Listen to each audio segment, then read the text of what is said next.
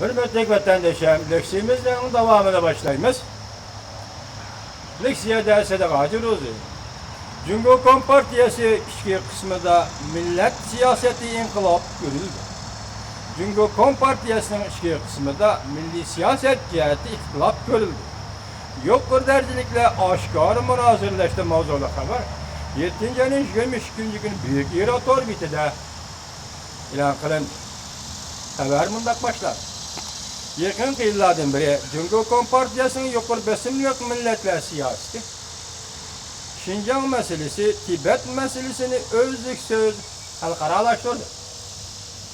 Hem de halkara cemaat fikirinin bir dek ayıp dişi uçturdu. Haberlerge asaslanganda Cumhuriyet Kompartiyasının yukarı katlamada növbetki milletler siyaseti doğrusunda ihtilaf görülgen. Yakında yukarı dercilikler o'tturusida keskin münazara ve erişiş yüz bergen. Şangan aynak gezisining 22. günüdeki haberiga asoslanganda Cumhuriyet Kompartiyasının ichki qismida milletler siyosati bo'yicha keskin münazirlashish yüz bergan. Münazirlashgan bir taraf Markaziy Birlik Safning sobiq muavin ministri Dalai Lama vekilleri bilen söhbet ötküzüşkü mesul bolgan növbette Cumhuriyet Kompartiyası Siyasi Kengaş Milletler Dini Komitetinin müdiri Jovichen, Devlet Mahkemesi'nin karmakadaki Devlet Milli İşler Komitetinin kol asıdaki Cumhuriyet Milletler Gezeti yani bir taraf bulup oturda münazara yüz bergen. 5. ayda başlangan.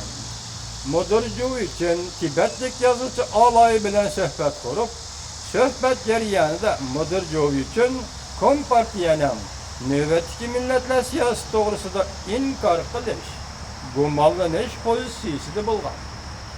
Cumhuriyet milletlerini farqlantirish, bazı tedbirler plalanın millet xaslığını tolumu aydınlaştırıp etken, memuri rayonlarga ayrış, millet ve rayon hükümü tolumu uçuk bulup ketken.